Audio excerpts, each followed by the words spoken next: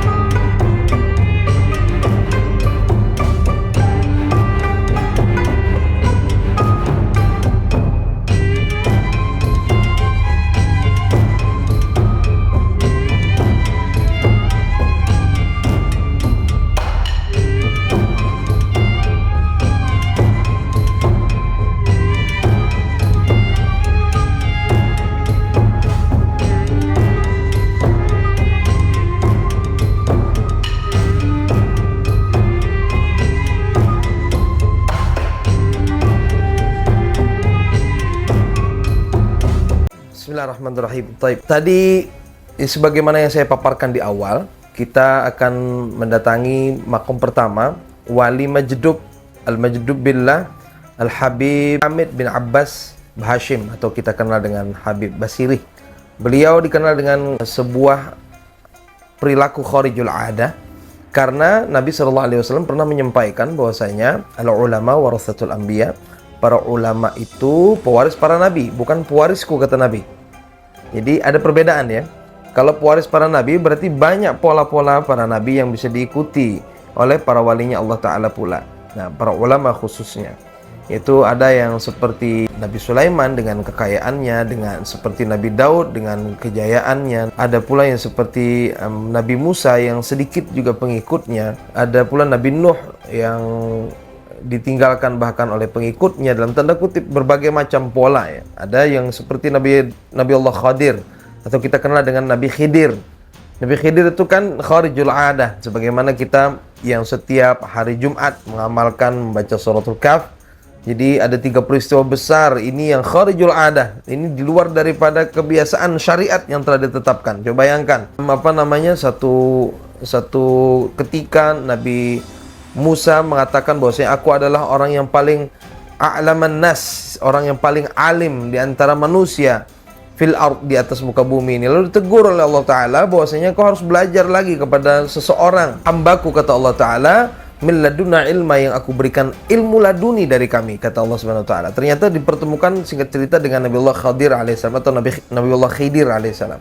Dan Nabi Khidir ini tatkala satu ketika naik ke atas kapal, fantalaqa hatta idza raqiba fis safinati kharaqaha qala akharaqta litughriqa ahlaha laqad ji'ta syai'an imra.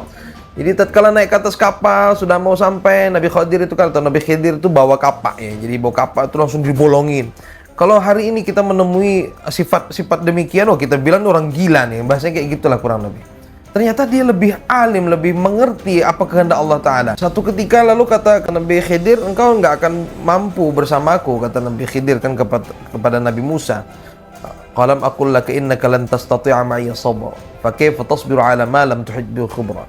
Jadi sampai Nabi Musa mengatakan, oke, aku mau bersabar lagi. Sampai ketemu lagi seorang anak laki-laki, laqiya ghulaman faqatalahu qala aqalta nafsan zakiyatan bighairi nafsin laqad jita syai'an nukra. Sampai ketemu lagi seorang anak laki-laki separuh baya, masih muda, umur sekitar 14 tahun. Ketemu tiba-tiba dibawa ke semak-semak dengan kapak yang sama, dibunuh. Ini kira-kira dibenarkan enggak? Kira-kira. Ini kan kharijul adah.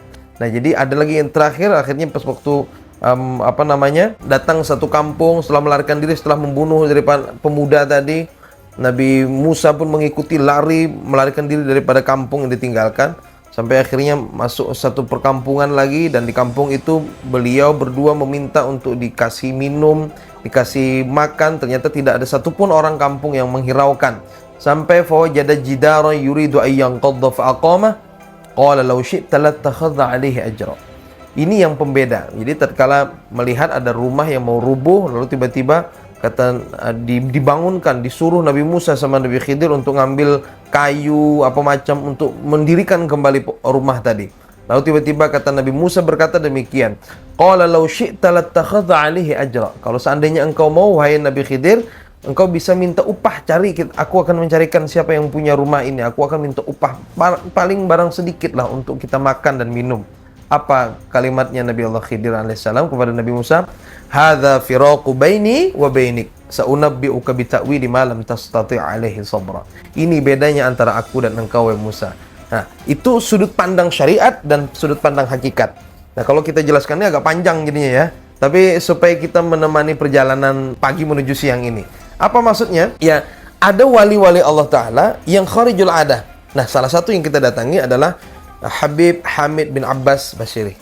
Nah, satu ketika Habib Hamid ini didatangi tatkala menjelaskan satu perihal akidah, kata beliau, nangarannya makhluk ni kada memberi bakas pintarnya. Lalu satu jamaah beliau lalu bertanya, maksud pian bib napa toh maksudnya? Beliau dengan kharijul adanya bilang, nah deng manggil istri beliau. Tiba-tiba minta ambilkan minyak tanah, Lalu dari minyak tanah itu langsung diguyurkan ke kasur tempat duduk beliau biasa ya. Orang-orang desa dulu, orang-orang kampung dulu itu ada tempat kasur tipis untuk istirahat siang lah di depan ruang tamu. Itu tempat kasur beliau itu diguyurkan dengan minyak tanah. Lalu seketika langsung beliau bakar dengan api, dengan korek beliau. Itu orang-orang yang ada di sekitaran langsung berteriak ngambil air. Nah, nanti ibu bapak, ayah bunda sekalian akan melihat nanti ada sungainya, Sungai Basirih ya. Nanti juga ada sumurnya Habib Basirih di situ dekat di sebelah rumahnya Habib Basirih. Lalu diambilkan itu diguyur air yang sudah mulai api yang sudah mulai meninggi tadi diguyur. Namun tiba-tiba pas waktu sudah diguyur habis, api sudah tidak ada lagi, tiba-tiba pas waktu dilihat, satu kain dan kapuk yang ada, yang dibakar sama Habib Basirih tadi, itu tidak terbakar sedikit pun oleh api. Lalu kata Habib Hamid bin Abbas Bahashim, atau Habib Basirih, beliau bilang, ini nangen nang undang maksud makhluk tu kada memberi bakas. Jadi ini pelajaran tauhid, bahwasanya supaya la fa'ila illallah. Kita paham betul bukan kepintaran kita yang membuat kita sukses, bukan relasi kita yang membuat kita mempunyai jabatan, bukan dikdaya kita yang membuat kita tuh hebat, tapi itu atas izin Allah Subhanahu wa taala. Nah, itu pelajaran-pelajaran yang nanti akan kita dapatkan. Kita akan be'elang, berziarah, berkunjung ke makam walinya Allah taala. Wa taqulu liman yuqtalu fi sabilillah amwat bal ahya.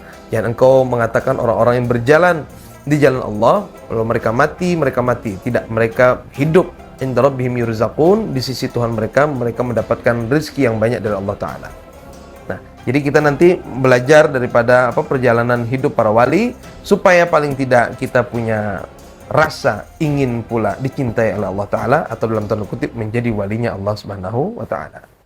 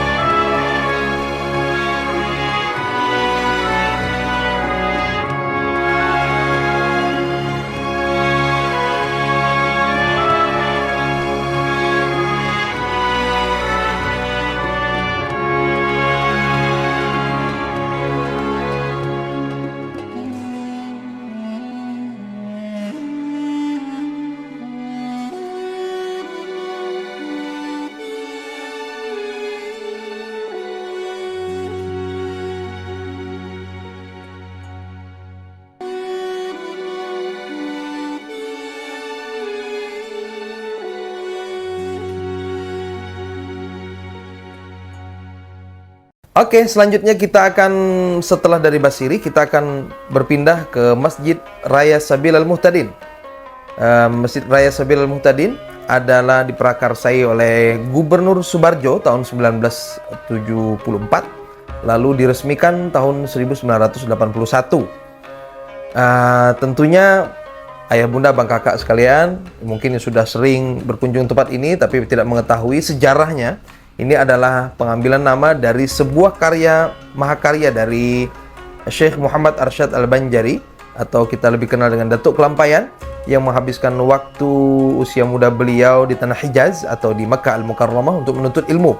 Beliau dikenal sebagai ulama besar di tanah Kalimantan. Beliau mempunyai sahabat karib Syekh Abdul Samad Al-Palimbangi dan Syekh Abdurrahman Al-Misri Betawi, yang kemudian beliau kembali ke Indonesia lalu mengarang beberapa kitab karangan beliau. Ada beberapa karangan kitab Sabil Al-Muhtadin, lalu itu yang kembali dirumuskan menjadi kitab Perukunan Melayu. Perukunan Melayu itu asal intisarinya dari kitab Sabil Al-Muhtadin yang digunakan di banyak negara, tidak hanya di Indonesia tapi juga di Malaka, di Brunei Darussalam, di Malaysia, di Fatane Thailand, di Vietnam dan lain sebagainya. Maka kita wajib berbangga. Catatan hidup kita adalah, kalau engkau ingin menjadi seseorang yang manfaat, maka catatan cuma dua. Pertama, menulis sebuah karya, atau yang kedua, dirimu pantas untuk ditulis. Nah, Syekh Muhammad Arsyad Al-Banjari mendapatkan kedua keutamaan ini. Beliau menulis mahakarya yang luar biasa daripada fan ilmu fikih yang beliau dapatkan, lalu menjadikan ini sebuah kebanggaan masyarakat Kalimantan Selatan. Insya Allah nanti kita akan makan siang di sana, sholat zuhur berjamaah di sana, lalu kami akan berikan kesempatan kira-kira sekitar 1 jam untuk nanti mengambil take foto beberapa tempat, mungkin yang mau agak samping daripada Taman Siring bisa. Tapi ingat sekali lagi, untuk tetap berkumpul sesuai dengan arahan panitia. Yuk, bismillah. Terima kasih. Habis ini kita akan bergerak menuju ke Masjid Jami di dekat makam Abah Guru Zuhdi An-Nur.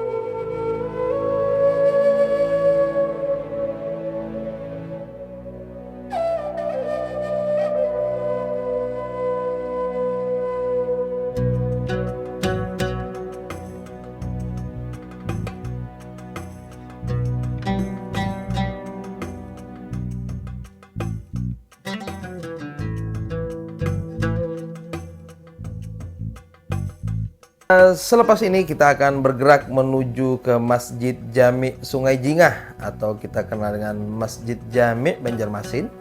Di sini dulu digunakan untuk kajian majelis taklim hari Sabtu malam Ahad, kajian fikih oleh Abah Guru Haji Ahmad Zuhdi An-Nur. Namun kita harus ketahui dulu bahwasanya Masjid Jami ini didirikan pada masa kolonial penjajahan Belanda tahun 1777. Angkanya cantik ya, 1777. Udah lama betul. Dan ini adalah prakarsa pertama yang kita harus tahu. Ini dengan arsitek Banjar dan arsitek Hindia Belanda. Jadi prakarsai daripada pembangunan masjid ini karena dulu masyarakat Banjar tidak punya masjid yang besar, tidak bisa menampung banyaknya jamaah. Lalu diprakarsai oleh VOC Belanda dari hasil pajak. Namun Banyak ulama kita yang menentang karena dianggap ketidaksukaan daripada penjajahan dulu dilakukan oleh Belanda. Lalu para ulama pada zaman itu, masyarakat dikumpulkan untuk bersama-sama. Jangan sampai Belanda nak mau ulahkan kita masih gitu kira-kira. Akhirnya tahun 1777 itu masyarakat berlomba-lomba untuk fastabiqul khairat, berlomba-lomba dalam kebaikan, berinfak, berwakaf. Ada yang menjual emasnya, ada yang menjual hewan ternaknya, sampai ada menjual tanahnya untuk pembangunan masjid ini. Tidak lama akhirnya berdirilah masjid yang cukup megah pada masanya. Sampai detik ini di atas tanah kurang lebih sekitar 2 hektar. Ya, Masjid Jami ini adalah masjid yang kita kenal, juga ada Stay Al-Jami di situ, lembaga pendidikan Sekolah Tinggi Agama Islam Al-Jami. Lalu juga ini digunakan juga pengajian Aba Guru Zudi, yang insya Allah nanti kita akan menuju ke belakang, kita parkir di Masjid Jami. Insya Allah nanti kita akan bergerak menuju ke makam Aba Guru Zudi sekitar 100 meter lebih ke belakang.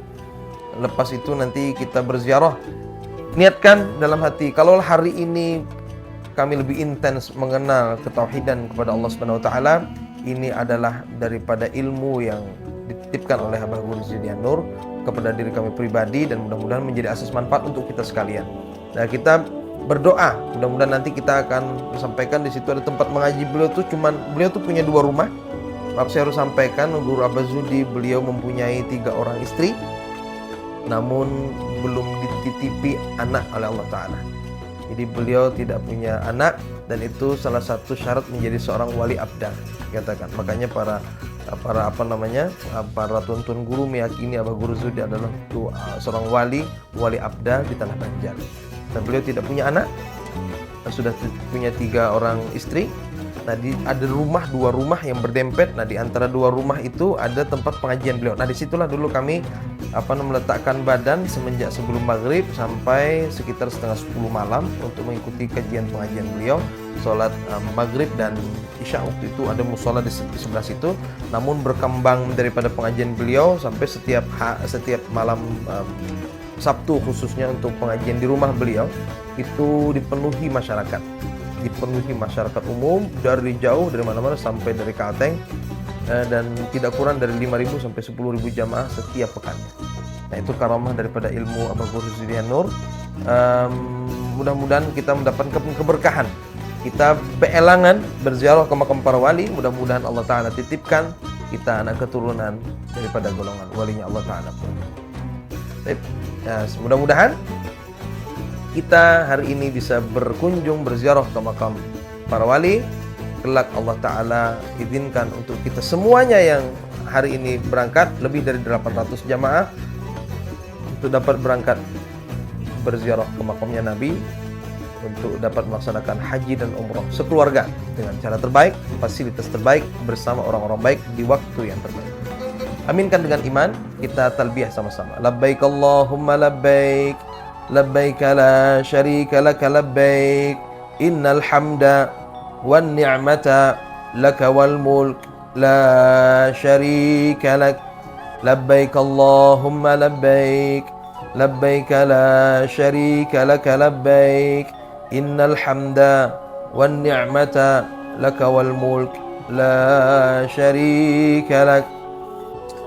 Assalamualaikum warahmatullahi taala wabarakatuh.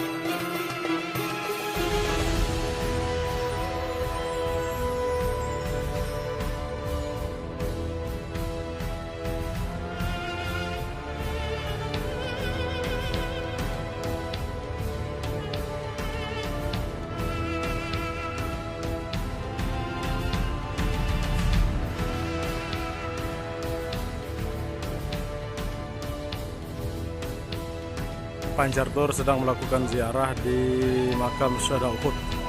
Di sini dimakamkan 70 para sahabat. Yang dimakamkan juga adalah Sayyidul Syuhada, yaitu Sayyidina Hamzah bin Abdul Muttalib bersama dengan Mus'ab bin Umair.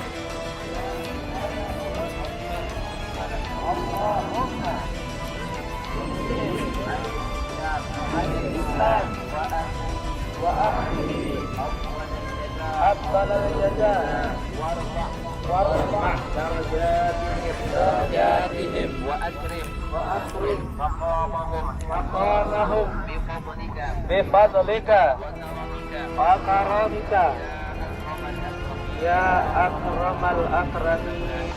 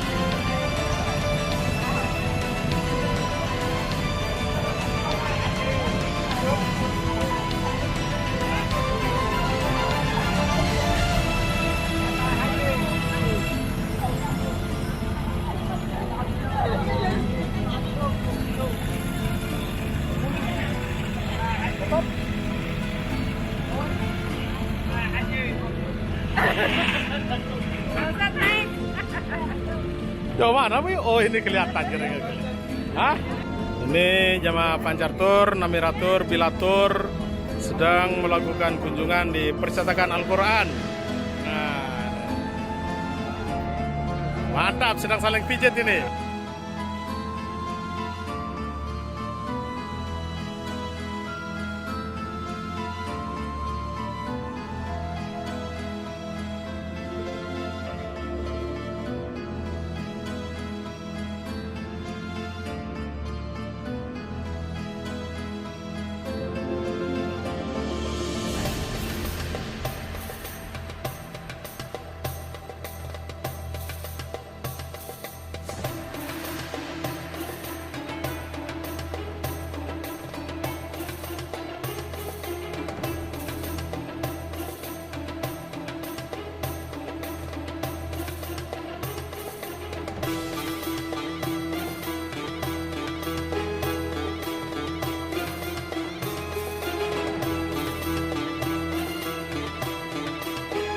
Jangan dimasukkan semua pakaian ihram ditinggal, ya, karena peralatan-peralatan yang dipakai sebagai persiapan ihram seperti parfum, sabun dan seterusnya.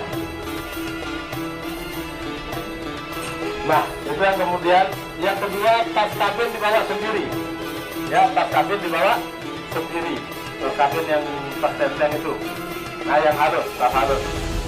Nah kemudian Bapak Ibu yang dirahmati Allah, kita akan meninggalkan Madinah Al-Munawwarah itu tepat jam 9 pagi pada hari Ahad. Jam 9 pagi pada hari Ahad kita akan meninggalkan Madinah Al-Munawwarah. Bapak Ibu semua, pertama jangan lupa menggunakan ihram setelah sarapan.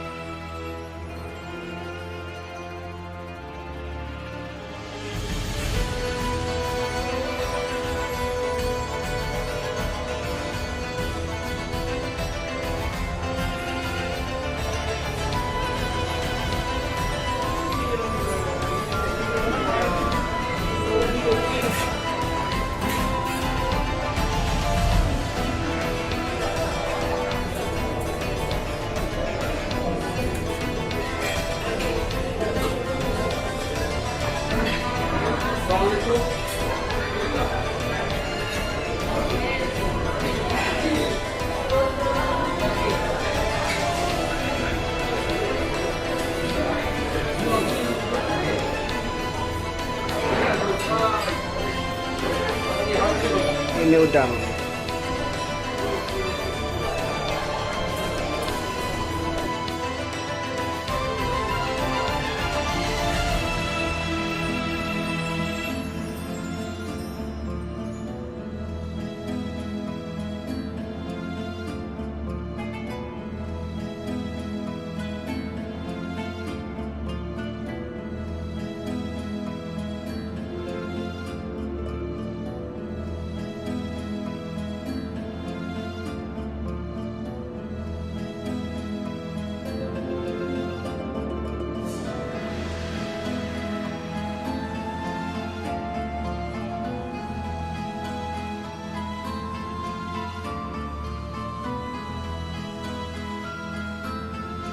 Tempat ini namanya Maulid Nabi, yaitu tempat dilahirkannya Rasulullah SAW yang sekarang menjadi perpustakaan Makkah Al-Mukarram.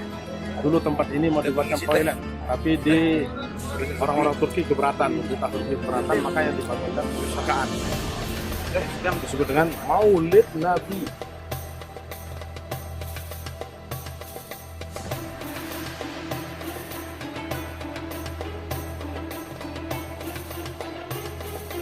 Ini jamaah Banjardur sedang rehat di apa namanya? Di Maulid Nabi. Mantap.